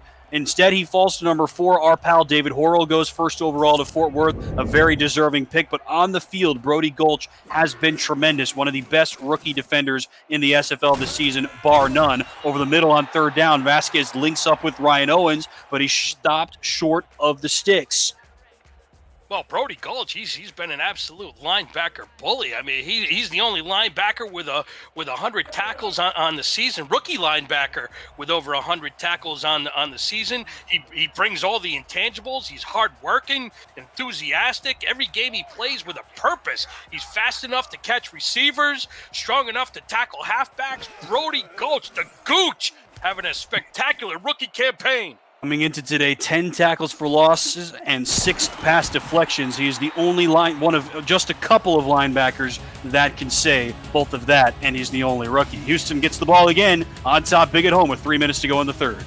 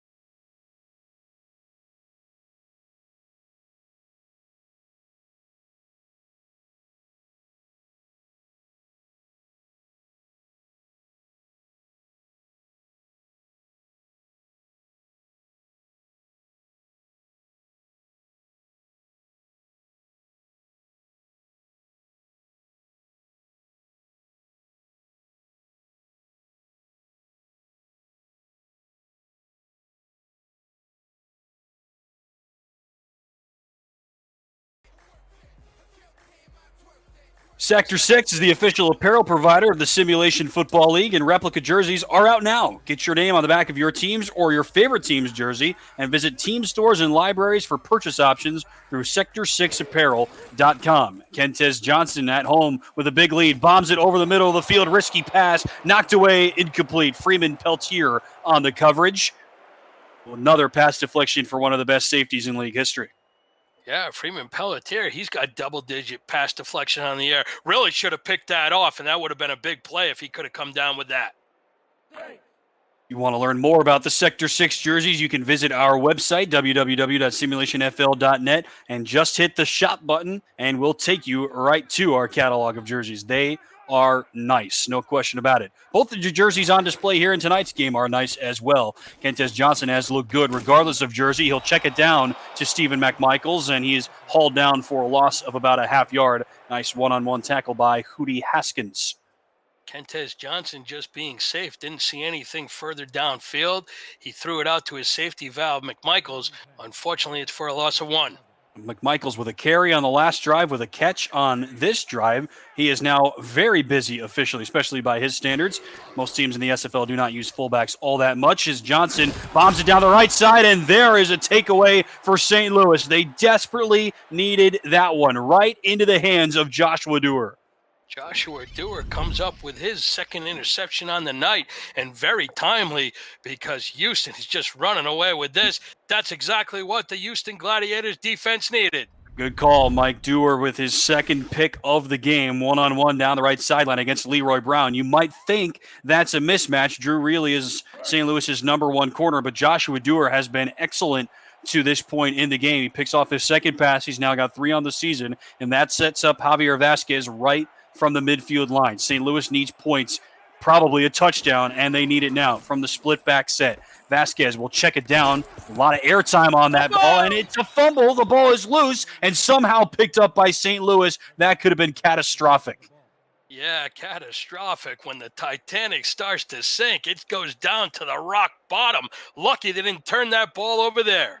Martinez was the one who made that catch at the tailback, and then he dropped it as soon as he was hit. Might have been by Brody Gulch after all that, and one of the offensive linemen, tough to see who fell on it. So officially a gain of 1. It will go on the ground to Martinez. He has nowhere to go. Met in the backfield by a pair of black shirts. Jacob Clear leads the pack. And those are the guys that have been absolutely just on top of their game tonight. The 2 safeties, Kai Cash, Ethan Kai, and cornerback Jacob Clear come up with another big play, bringing up 3rd and long. It's a pretty good, strong safety duo, Kai and Kai, right? It's fun to say as well, and they get some help from the outside man, Jacob Clear on that one. 3rd and 10. Vasquez floats it down the right seam, has a man, it's dropped. He had the receiver beating the coverage. That's backup wide receiver Tito Moss. Maybe if that was Dillavu, that's hauled in for a big gain, but either way, it's 4th down. Wow, so unfortunate for Tito Moss and St. Louis. Vasquez put the ball right where it needed to be. Moss has to come down with that catch. So Bo Zabrowski instead will come on to punt. St. Louis goes 3 and out after that turnover right at midfield. Remember, Houston capitalized on their 2 interceptions, turned them both into points. St. Louis cannot do that here. Zabrowski to punt. Cash waits to field. Spin move from Kai Cash, and he's hauled down at the 20-yard line. This game, Mike, I mentioned at the top of the broadcast, I thought it was so close to call. Check out our Who You Got community poll at the top of the screen. This was one of the closest polls in the league this week. We mentioned that just about every game has been a 2-score game to this point, but our community was split. Now they ultimately favor Houston by a sizable margin, like you see there, but still one of the closest polls in the league this week. And again, the community has a winning record in picking winners so far this season, regardless of what Matt Wilson will have you believe. Here is Warren Murray, and he picks up 2. I'm going to call out Matt Wilson every time for that. He's an awesome dude. He's a Hall of Fame quarterback, but he does not trust the community poll, and he is wrong to not do so. The community is usually right. Wow, Matt Wilson's a Hall of Famer. When he speaks, people listen. But tonight, that's another great thing about the SFL, Tim. Just another way to get involved, whether you're a player, whether you're a coach, whether you're a fan. Who You Got allows you to make your picks, make your predictions. And this week, tonight, here on Monday Night Live, SFL action, they've got it right. The community has chosen the Houston Hyenas. Peltier with the tackle after a gain of a couple on Warren Murray. And you're right, it just gives people that don't know anything like me an opportunity to go out there and try to show that they do know something. Even I have a winning record at picking games so far this season in the Who You Got, and the community has a much better record than I do. And so far, it looks like they were right here today. 20 seconds left. Houston will have to snap it one more time. They do. Warren Murray runs right into his offensive line, and St. Louis rallies to the charge. Geralt Winkler makes the stop on the line of scrimmage. Gronick was there to help. St. Louis forces a 3-and-out for the first time in a long time. I was just going to say, great point, Tim. When's the last time the Hyenas have punted? I will check that for you during the break, and we'll let you know. One more quarter to play here in Houston. The home team on top big. This is the Simulation Football League on 11 Sports and for the fans.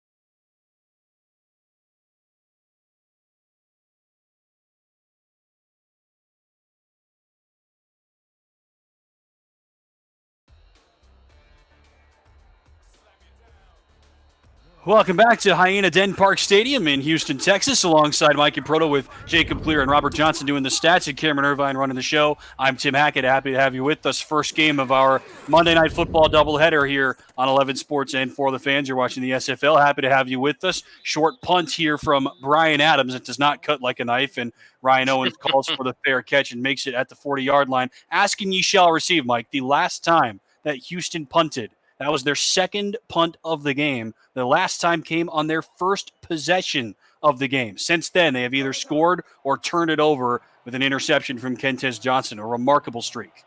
Yeah, a really remarkable streak. I was really surprised that Houston wasn't able to move the ball, but they probably feel like with this big-time lead, it's just better off to try and wind down the clock. Hour never for Vasquez. He throws it over the middle. Mondavi makes the catch, and then he fumbles it, and then Phil Cause, I think, falls on it. We got to check a replay here. Wow, wonky throw from Vasquez. Mondavi is hit immediately. They'll call it a catch and a fumble, and now they're going to say that Houston has the ball, and St. Louis will challenge. Wow, what a fluky play. Wow, really wasn't able to see exactly what happened there. A lot of traffic. Delavu, I think, may have taken a step after he caught the ball. R62 will be under the hood to take a look. I thought Koss had come up with that, but maybe it was 52. 52 for the Houston defense that came up with it. Alonzo Hamilton, he's been all over the field tonight. He sure has, and Ethan Kai was the one that knocked the ball loose, so the call on the field is overturned. I still don't know that we have gotten a single call of this right, Mike. So what is the call? What even was the call? This is such a strange play. Are they going to say incomplete pass? They are. So the ruling was a catch and a fumble and then recovered by Houston's Alonzo Hamilton, as you say. And so they will overrule it and say Mondavi never had possession. That was the fastest replay review in history. Here goes Kyle Martinez. St. Louis still has life, and that will not help things. Martinez is buried for a loss of 2. Wow, see a Black Death jerseys in on that. And Chris Joseph, the untamed bear, comes in and gets the 2-yard tackle for loss. Joseph has been really solid so far in this game. The defensive ends for Houston, Joseph and Wolf Justice, they've been quiet this season, as we've said, but they've both been busy so far today. 3rd and 12. Vasquez deep drop. Hit as he throws, and Chris Joseph knocks him down again. Back-to-back plays for the second-year Houston native.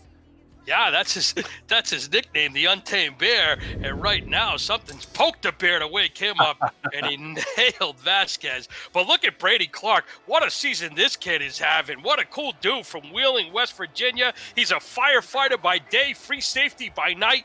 8 interceptions on the year, and when he's not playing football for the Hyenas, he loves golf, Tim. He hasn't missed a round of golf in the last 6 years, except for the one time when he broke his toe putting out a fire. He's not yelling for when he's driving home big hits and smoking wide receivers, that's for sure.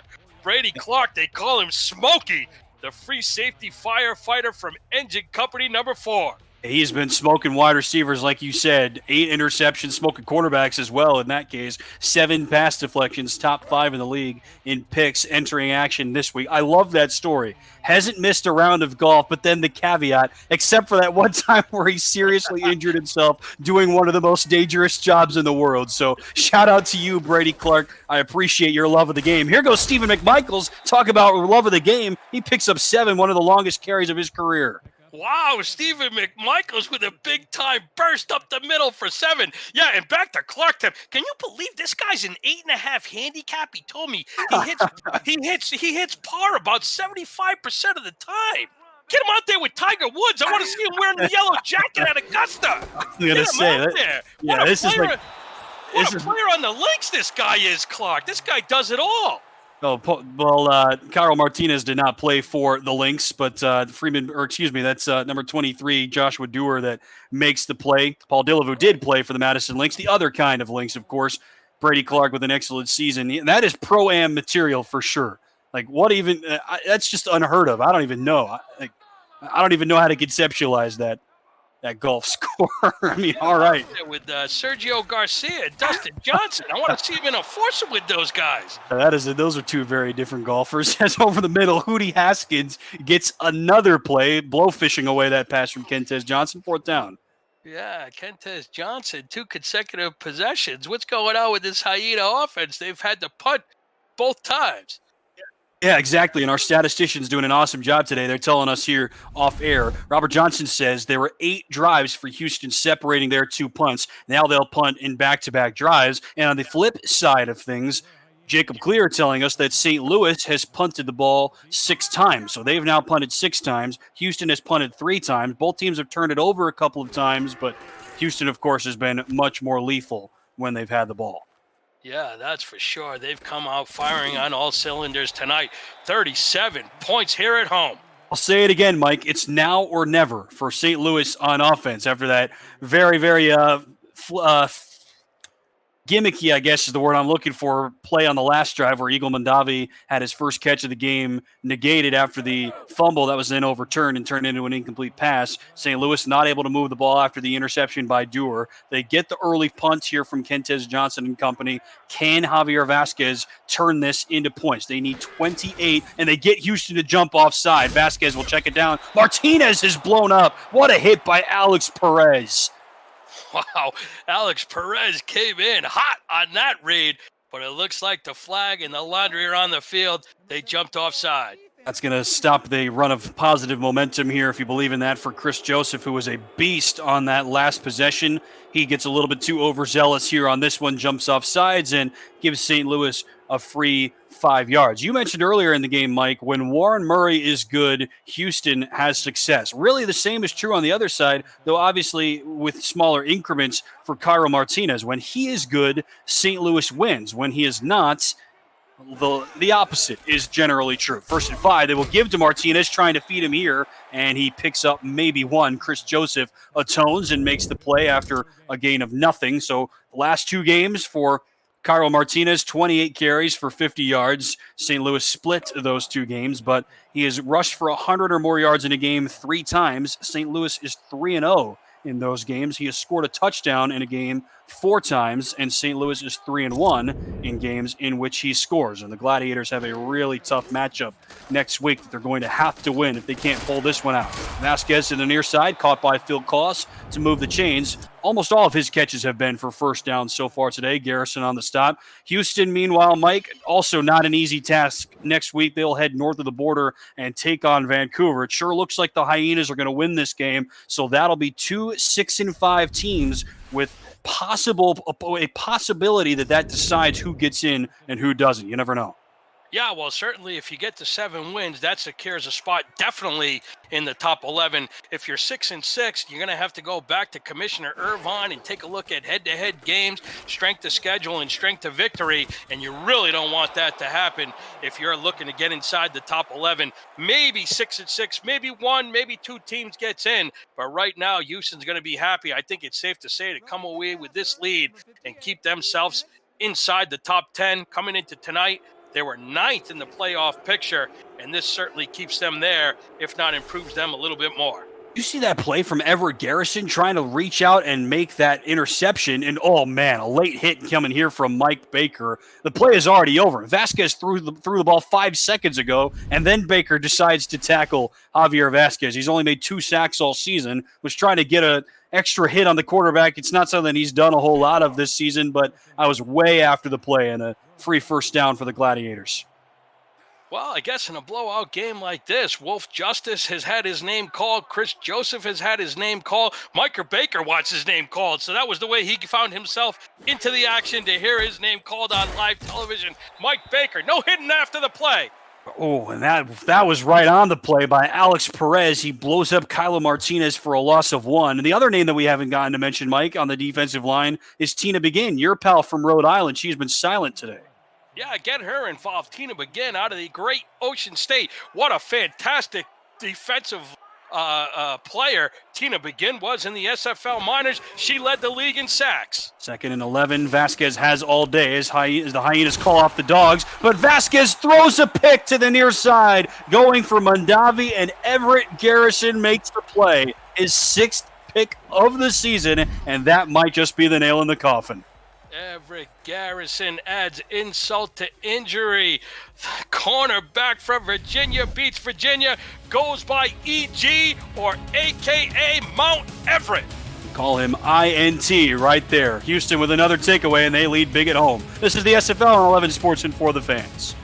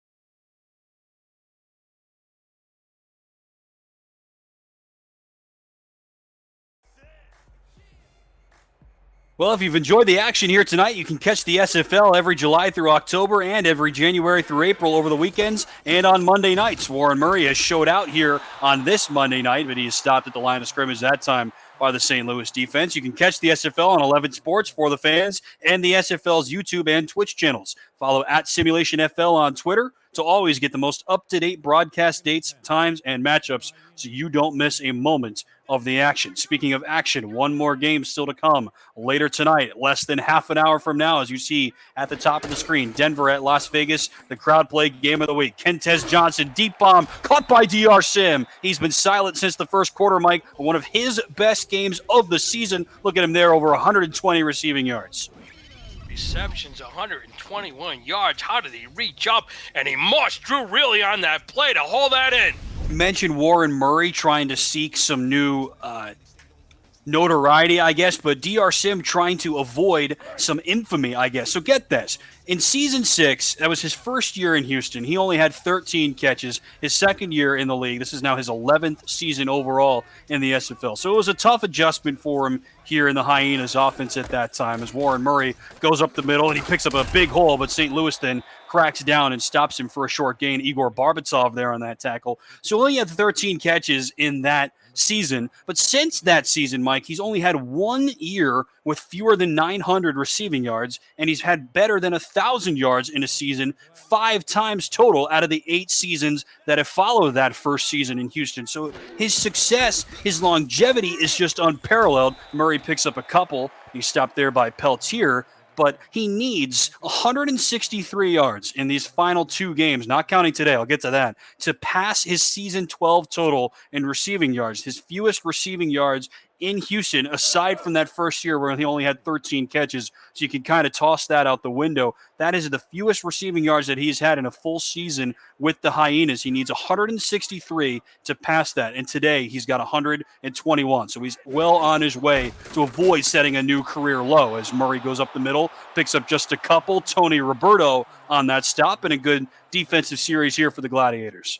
Well, and to even add to those mind-blowing statistics, DR Sim, the absolute GOAT on offense here in the SFL, came in with 857 career receptions. That's 70 more than Optimus Klein.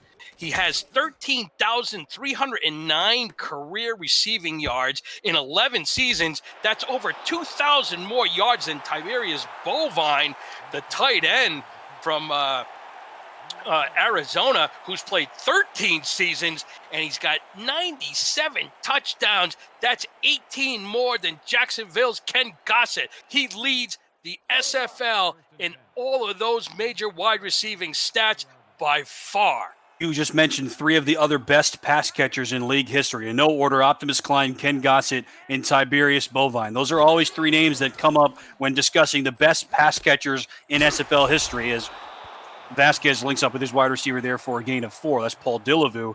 But none of them hold a candle to what DR Sim has been able to do in his career. There's really no question about it. He's the best wide receiver, the best pass catcher that this league has ever seen, and he's not done. Hall of Famer just keeps going. He is like Tom Brady.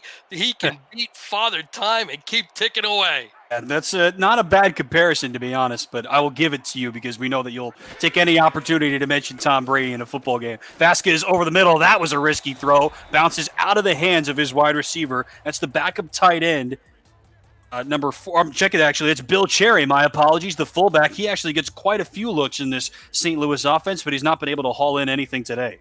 Yeah, Bill Cherry Bomb out of Emporia, Kansas needs to hang on to that one. Maybe they'll give him a couple of more looks, get him involved, and see if he can make something out of his opportunities. 6th among fullbacks and carries coming into this week, just ahead of one Mike Improto of the Chicago Wildcats. 3rd down and 6. Vasquez under pressure, bullets it down the right sideline, and where did that pass go? He had 2 wide receivers there, but Tito Moss, for the 2nd time today, drops the pass, and that brings up 4th down.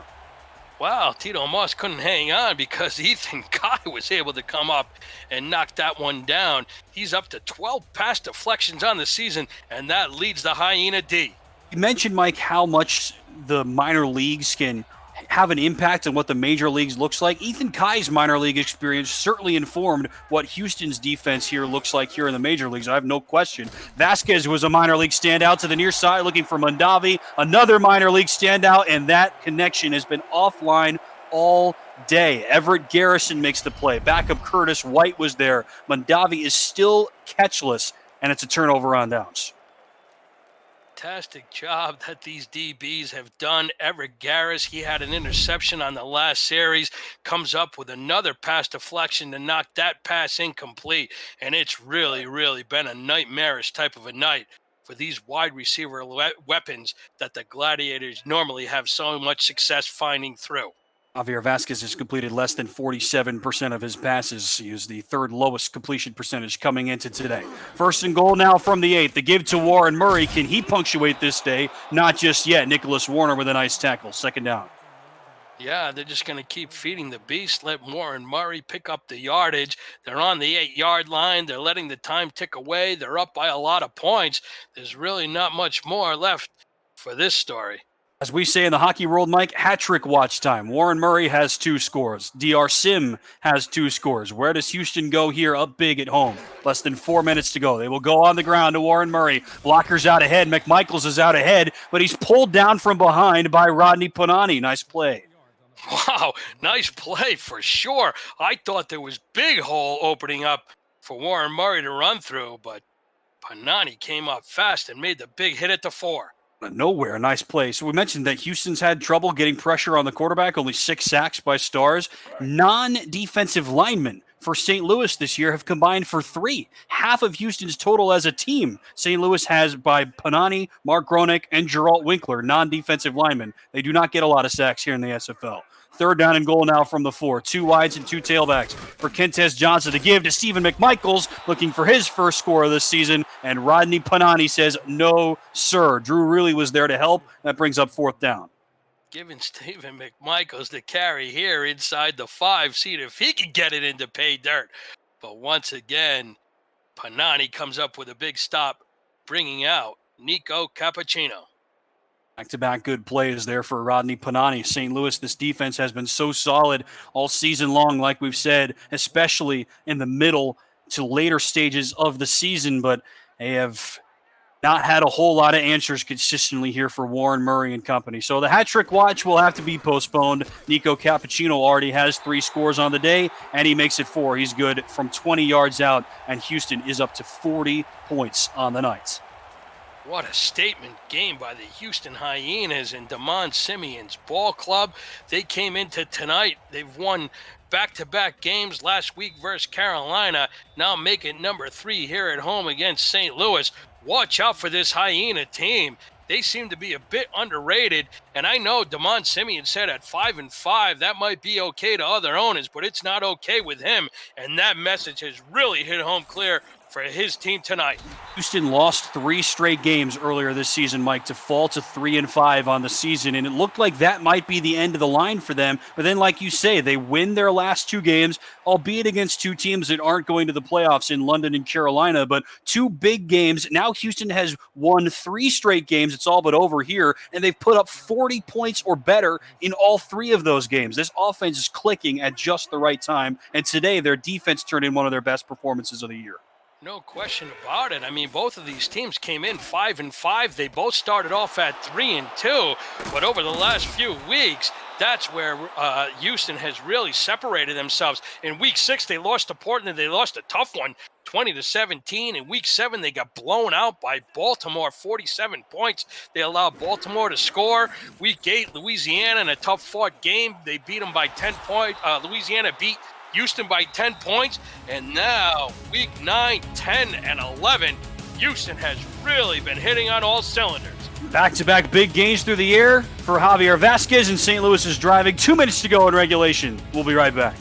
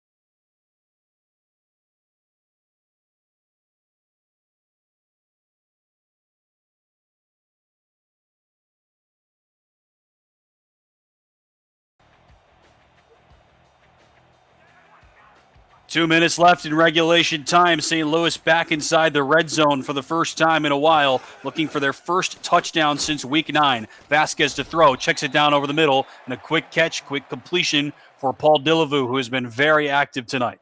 Yeah, really surprised that they took the clock all the way down to 1:55 to get into the hurry up. We'll go again. Vasquez over the middle, looking for a wide receiver there. Mondavi was in the area. Ryan Owens was on the target, but he's hit before the pass comes in. Third down, Lee Thomas, a backup linebacker on the stop.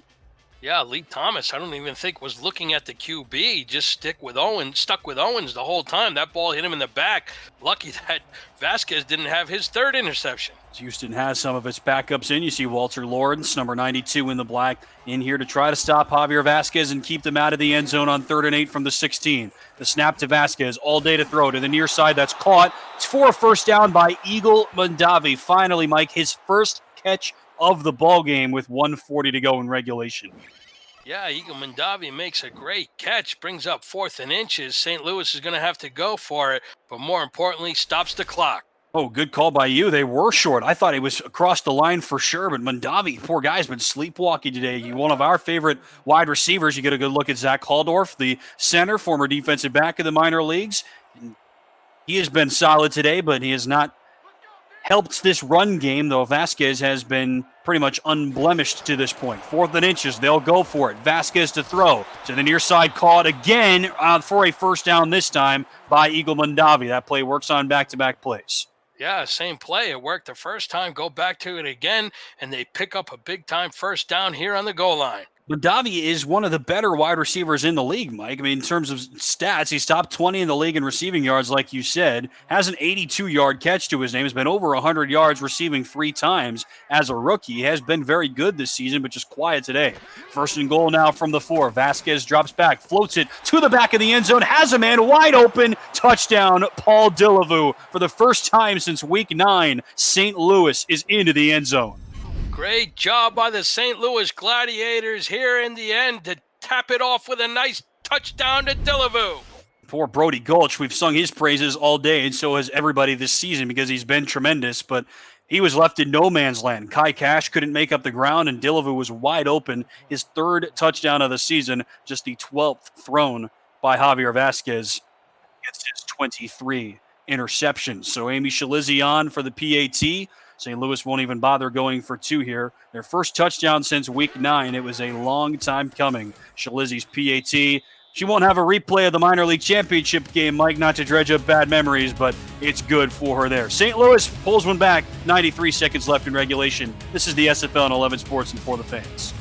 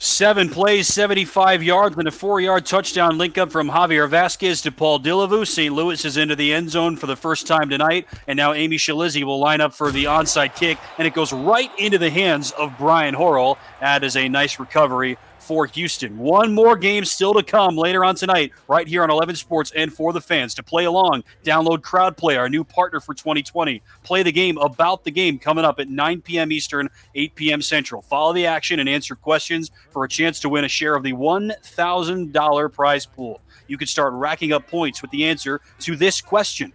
Which SFL running back has the most rushing touchdowns this season? The answer after this play. Backups in here for Houston as Warren Murray is going to get the night off. DJ Sim, the rest of the night off, I should say. He's not exactly had the night off. He's been fantastic as usual. DJ Sim, who was a big part of Houston's Week 1 outing, game that they ended up winning after Warren Murray got hurt, picks up 3. So the answer, Mike and Proto, which running back has the most rushing touchdowns in the SFL this season?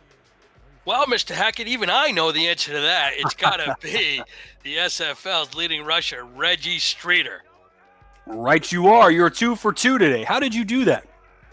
Well, that's what happens when you work with Cameron Irvine and the rest of the crew behind the scenes. They give you the answers to the test before the questions are asked, making me certainly sound a lot smarter than I actually am. But remember, boys and girls, when you are on Crowd Play tonight, remember to answer Reggie Streeter tonight during Vice Wars 7 to add 25 points to your score.